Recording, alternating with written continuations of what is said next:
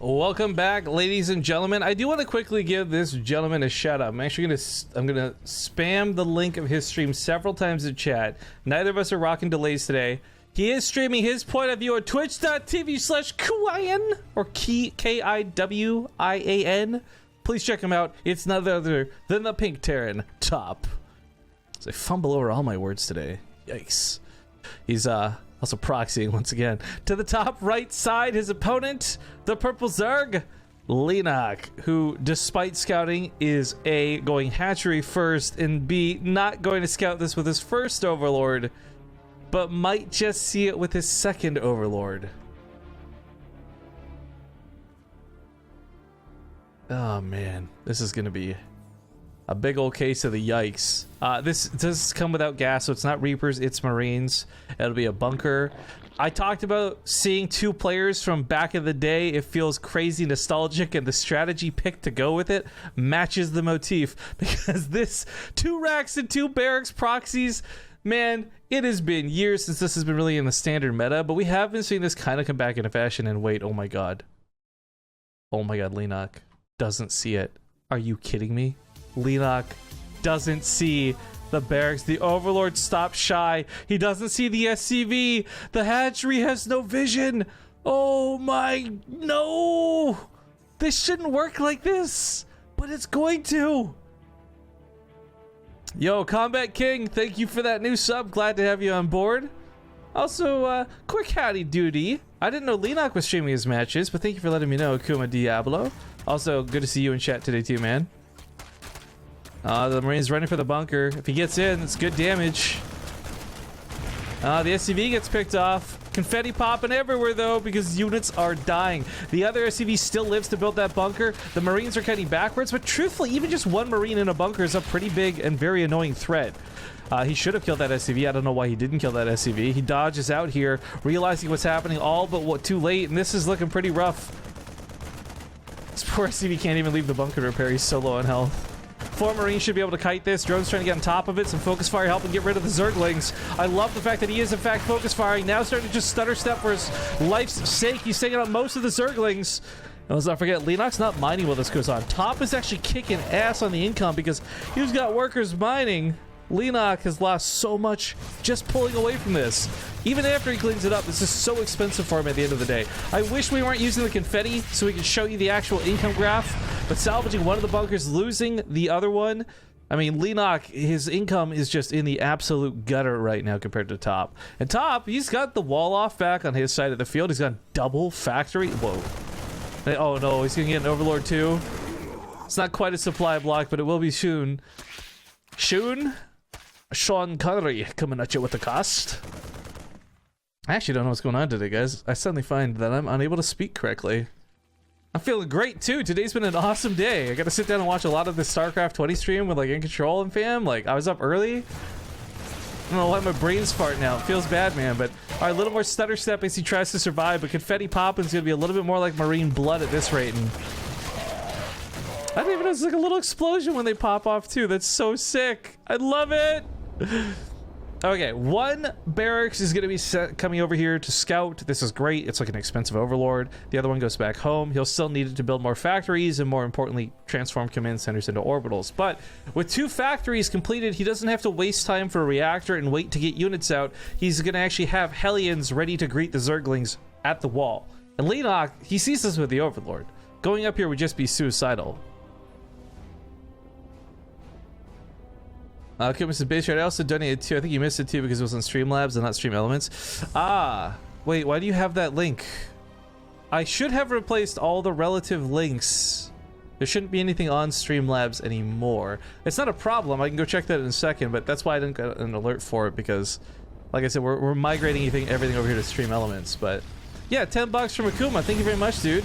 BaseTrade, do you suggest we join you on the new guild on Lord's Mobile since I never got a reply from you? Ah. So on Lord's Mobile, our guild got disbanded recently, which kind of feels bad, man. Not enough people to keep it alive. But I just joined the first random guild that invited me. You could try applying, I guess. I honestly don't know. I feel bad. I'm still super casual at the game. It's really frustrating when the game's like, unless you pay to win, it's gonna take 90 days to build buildings. It's really just like build something and then like log off for 20 days waiting for it to finish, you know? So I feel a little bit bad. But yeah, I just joined the first guild that invited me, to answer your question. Thank you for the $10 though, dude. Really appreciate it. But, alright. Whoa! Wait, what? When eggs pop, they make confetti? I guess technically the egg is dying? The egg technically dies to make the unit, so I guess that makes sense. That's just kind of ridiculous, but also really cool. Anyways, Hellions loaded up in the medevac. They're heading towards the main. There is quite a bit of dead space here where Leenock won't see this coming. Watching his vision, he does see the medevac though. So it shouldn't catch him totally off guard, but he just sent a lot of Zerglings out and across the map. So really, it's Queen's here for the home defense. He's not going to have all of them in position. Oh, it's a nice toasty barbecue. It's getting quite a few workers, up to 20 dead so far. Now, of course, this is through a couple of attacks, and the 2 racks earlier helped with this, but losing only 1 Hellion and evacuating the other 3, he gets very critical scouting with this, seeing that layer timing. I don't know if he's seen the Roach Warren, though. He saw it building, but he may have thought it was just part of the wall. I'm unsure, but either way, this is pretty bad. Leenock taking some pretty nasty damage. And top, all he really has to do is build a siege tank and get a wall. That's it. And he's good. The roaches won't touch him. Liberator sets up over here too. Oh, this is gross. The Hellions run into pair with it. Oh, they're stuck by the Queen though. Oh, control and non-micro proving him to be a bit of an issue. But he pushes the Queen back into the Liberator, kills the Queen. She disappears, a little bit of confetti left where she used to be, and he denies an entire base of mining. While he does this, he comes back into the main. Another Hellbat ready to drop on top of these. Oh, these drones! These drones! GG. Well, the 2 racks might not have done it, but the follow-up did, and Top takes game 1 in the winners match. Now, I know the brackets got topsy-turvy from Lucira's no-show, but to be clear, the winner of this moves on to Group Stage 2. After Group Stage 2 is the playoffs, so it's a really tight tournament. And to win 1 more game for Top would secure him in that next section of said tournament. But hey, thank you very much to J Huang with MMR for that Prime sub. You should be aware real quick, guys. Don't expect to have your names pronounced correctly here on this channel. I can't do it. I just can't do it. As much as I try my best, I can't do it. Thank you very much for that, nonetheless. And then NCS Strider, STR4 Rider. Man, I've never, in like 3 years, I've never gotten your name correct. Regardless, thank you for the 48 months. Neon Violet Square is going to be the next map, so let's get this hosted up pretty quick. We'll keep the confetti, but guys, I gotta be honest, I'm like already missing game heart. Like, not having the workers killed displayed, or like what units are being built. Oh, it hurts. It hurts. But I know a lot of you wanted confetti, so we're keeping the confetti. Now let's talk about Lucira's situation before we get into this, right? Here's a quick look at the brackets. Lucira is still not disqualified. He's still in the tournament, but he's in the loser's bracket. If Lucira is not online and available to play by the time we're done the final or the winner's bracket, then he will be completely disqualified, fully walked over, and eliminated from the tournament, and the loser of this will then fight Gyulzing in the group finals. That being said, let's see. Maybe he logs on. Either way, Neon Violet Square. Coming up next, see you guys in game.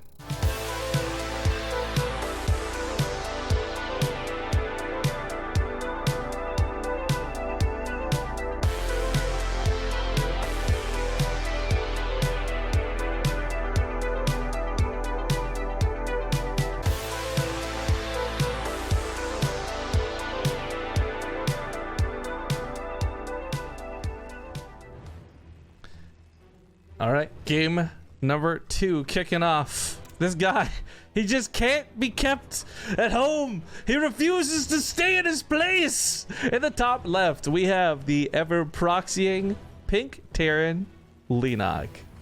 Oh, no, no! Oh, I messed that up so badly! It's in the top left, the ever proxying Pink Terran Top. Oh my god, I keep doing this, guys. Am I too old? Can I not do casting anymore? Oh, fucking Rifkin can't do intros. In the bottom right, looking for a pension.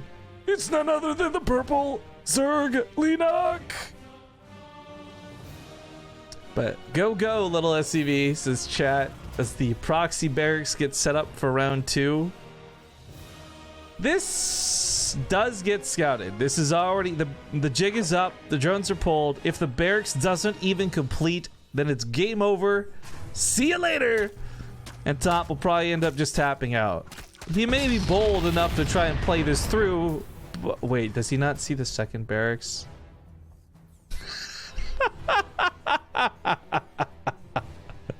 Well, the drones go back once more into the fray. He's not going to be able to cancel this one as easily. It's a little bit closer to being done, but maybe with some special micro and the weird neon violet squares being physical blockers, he might be able to dodge out the drones and finish it. He's doing that cancel build micro, but the SCV's not going the right way. A third SCV technically comes here to finish it. If Leenock kills this, it's it. There's no way to recover from this. Okay, he finishes the barracks and he floats it, but I mean, let's be real, guys. Top is floating almost 600, almost 700 minerals right now. He throws down another command center because really that's his only option, but he's goofed. He's done goofed. His proxy will not pay off the same way it did in map 1. Now, the follow-up could still work. You still go for Hellions. I guess he put his command center down quick enough. Hell, he could even put down a third CC right now, but what he really needs to do is build literally anything at home. This depot is actually in the worst place. He can't properly wall off. When Leenock, not if, but when Leenock sends units across the map, oh my god. Oh my god. Guys, he's taking a ninja third. This is so sick. This is so sick. If he gets away with this, that is. If he doesn't, this is a valiant effort that ends up being all for naught. But if he gets away with this, there's no reason for Leenock to scout this. There's no reason to venture to this corner of the map until after this is probably mined out. So he's got to find a way to hold on to the attack. It's tough. He's got a Marine and some SCVs and a Dream. But don't let your babes be dreams! Trying to wall off down here was really ambitious. He probably should have just walled off the top of the ramp. I honestly don't know why he didn't. Neon Violet Square is a very unique map that does present the opportunity to take a sort of stifled but still safe third base in the back pocket corner. He really, I think, is what he's gaming for, trying to create the illusion that that's what he might be doing as the recovery to this failed 2-racks. But Dom says, wait, is Leenock the kid who destroyed MLG that one time from open groups? Oh my god, I missed so much these past years. Yup, he is the one, the same, the legend, the strawberry hair, the Leenocktopus, the god from days past. He's unfortunately not nearly as crazy with the results nowadays, and he's not tearing anyone apart, but he's still a really good player. The problem is that he's fallen more to the streamer lifestyle, kind of like Top, which again, Leenock is apparently streaming his first-person view of the matches today. So we've got Top, we got Leenock, we got us. If you want to check out all those streams, I'm sure people will link you in the chat, or you just find it on Twitch. Regardless, Leenock is a very entertaining fella, but he's still good at StarCraft. We actually had a tournament we hosted in Toronto. Keep in mind here, we didn't organize or pay for it, but we were invited to cast/host the North by Northeast Game Land Invitational, $10,000 up for grabs, and Leenock was one of the big heavy hitters in that. He came from Korea to play. It's really cool. Shout out to Toronto, by the way. Really nice city. Been there twice now. Would love to go for a third time.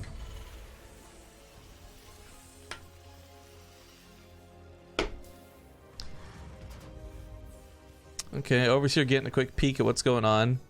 Really, what's so deceiving about this is everything that Leenock sees looks like a player who is badly, not great, but oops, awkward, but badly recovering off of a failed 2-racks. But that's not actually the case, because as we know, and like Leenock doesn't know, there's an actual hidden base down here. Now there are some signs that this base is in play, and I'm not sure if Leenock's looking for them. The key element to this is the orbital command centers have been using energy, but not on scans and not on any mules that he scouted between 2 mineral lines. It doesn't take like a super seasoned veteran pro to know that that's the case, because let's be honest guys, ninja bases are rare. Nobody does this. But if Leenock, who is smart enough to identify this, would have realized what's going on, oh man, I gotta give him so many credits. Like, that's just, you bow down to him for being so smart. But he went for a Spire, he's gone for Mutalisks. As these come across the map, this is actually a great response to what he scouted. Mech players tend to have the worst, and I want to just stress, the worst early game anti-air. And it seems like there's going to be no exception to that this game. There's a tank turning out, there's no No real reliable anti-air. Going for Hellions, not Widow Mines. The engineering base only just finished up, so I don't even know if we'll see missile turrets in time. And these two Hellions are not drawing anything back home. These mutas, they look so funny and different because they have that sick primal skin. Or Leviathan skin, excuse me. I always confuse the two. But the point is, they look ridiculous, they look scary, and there's nothing to shoot up. Third base or not, top, you gotta have something to fight back, man. The Cyclones are trying, the Viking gets popped off, there's a single missile turret coming down, but it's halfway finished. Thor's gets started up, but so many SCVs are gonna die in the process that Thor trying to finish. Oh, the turret gets focused, that's actually so smart. If he targeted the SCVs, the turret would eventually finish and get repaired. But he's picking up quite a few worker kills through this. 20 SCVs dead so far through this attack. I mean, the funny thing is, top actually still has some secured mining. This base is not being touched and mules are dropped, but it's not going to be enough. GG's get called, and we're going to have ourselves a little bit of an ace match as we head on in to game number 3. I don't actually know what the third map is. I got to poke these guys. Give me 1 sec. That's like a hiccup, yawn, cough. A hic yawn cough. What was map 3? We'll get this started. We'll get this hosted. Once again, everybody, thank you for tuning in. I hope you like some StarCraft 2. We don't normally broadcast a lot of stuff at this time zone, but it's really nice to see when we do get viewers and fans actually tuning in when we do. It's a bit of a shame that I'm solo. Zombie Group had originally planned to do all these with me, but then the Nation Wars. But we'll be back in a couple minutes while I get this hosted and sorted, and we'll see you in 2. Thank you guys for watching.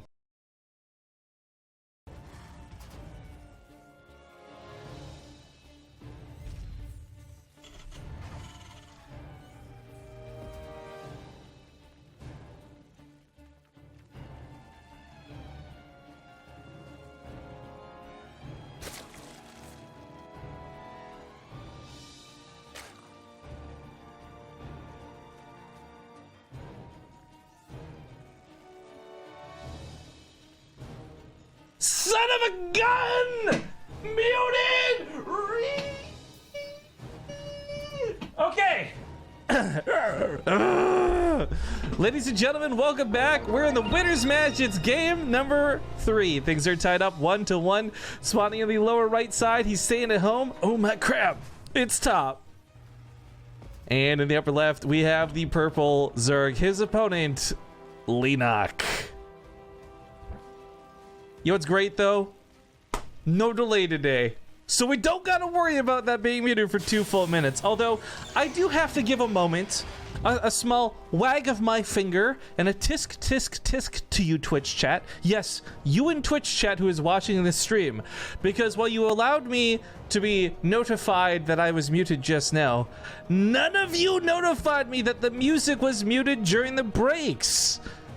I'm going to, for a moment, think, oh, well, you guys are just being good and you're watching the commercials. You didn't have any idea that the commercial music was muted. But I know that's not the case.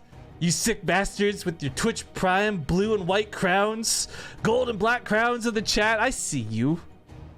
How dare you? Let me embarrass myself. I'm on the front page of Twitch after all. Tens of people are watching right now. Feel so embarrassed. Playing Caster Chicken with myself at this point. Alright, Reaper comes across the map looking for a bit of pokey poke. Leenock, for the first time in the series, won't be dealing with any kind of proxy, and this really does bring up some questions. How does this game go? Because Top has been proxying everybody all day, we haven't really seen much out of him in terms of macro, but it is worth noting he's a guy who's still got it. He's got stellar macro games in his back pocket. But the question is, does he have like hive tech macro games in his back pocket? A lot of Zerg players are finding some awesome late game right now, and while Reddit would have you believe otherwise, Ravens, as it turns out, are not an automatic win for a lot of Terrans. Ghosts are powerful, but not game winning, and we've seen the late game ZVT really be more dependent on person to person than anything else. So my fingers are crossed. On a map like Catalyst, it's about as basic and spread out as it gets. We could possibly get some late game action. But for now, it's Hellions into a Viking opener. Just gonna clear up some of the map, so no quick elevator up onto the main. Can you get a Bob Toss from watching this? Yeah, so we've got drops enabled on the channel, guys. Just by sitting here watching, as long as your Twitch account is connected to your Battle.net account, you should be eligible for drops. Just so everyone's fully aware. I think most people got the Phoenix one already this morning. I gotta be honest, for a lot of you who don't play a lot of co-op, or maybe you're super casual with StarCraft, and you see, hey, I got this free co-op commander called Phoenix. Let me just slow your roll. Phoenix is unequivocally, and this is my opinion, the worst co-op commander. He was meant to be really cool. They have great ideas with how to use him, but I have never found a single mutation or co-op map where I'm like, boy, you know who would be great for this tough situation that I can't beat with every other commander? Phoenix. No, instead I'm like, you know who would be bad? Phoenix. You know who would lose his suit so easily to this stupid mutation?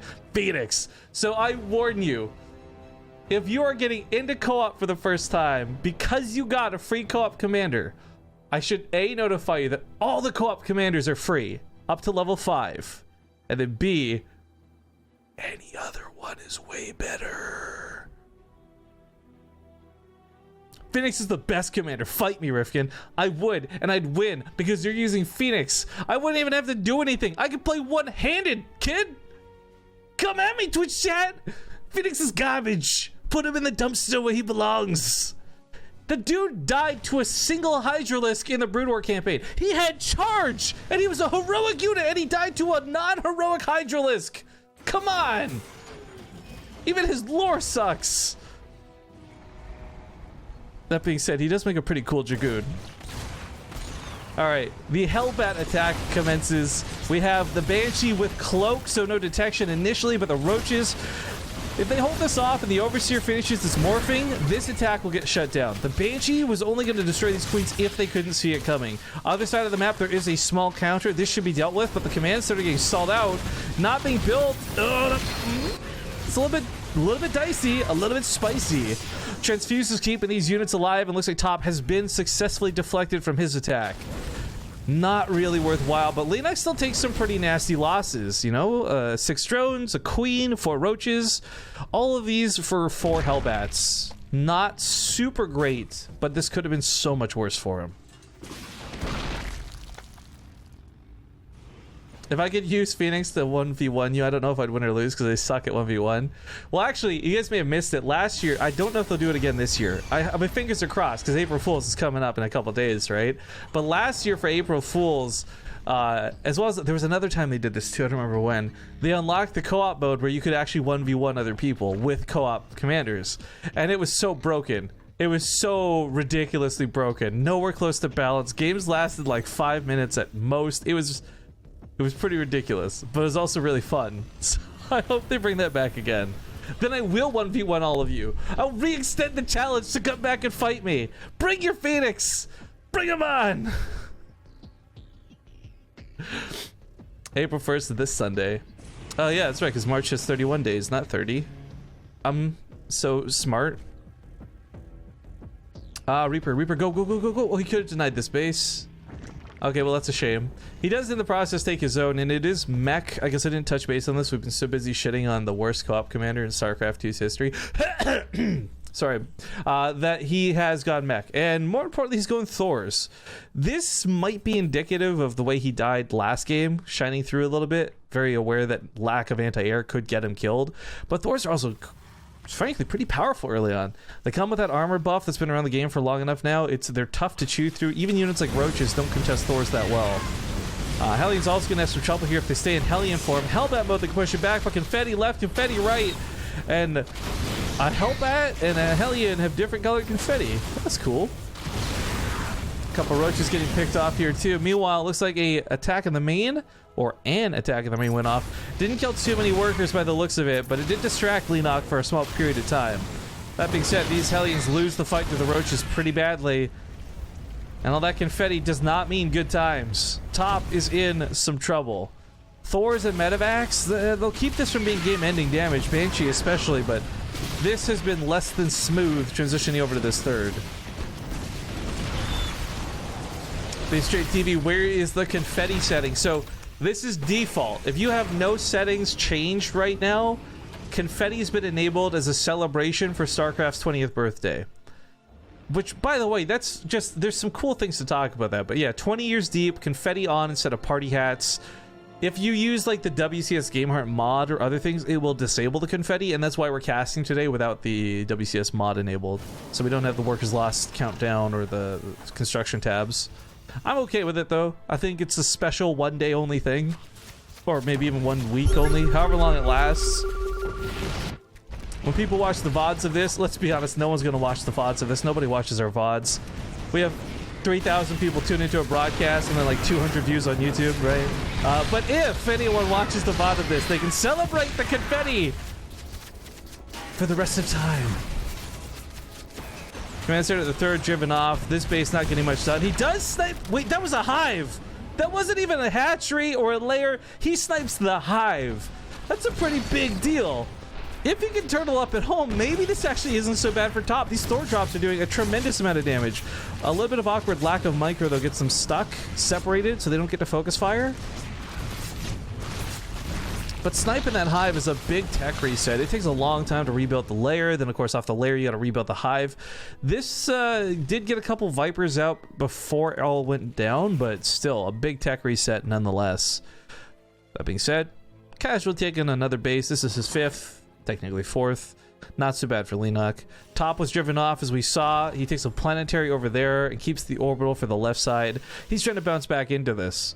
I don't think Top's actually in that terrible of a position, but this looked like dire straits for him what feels like just moments ago. Those Thors really brought him back into the game.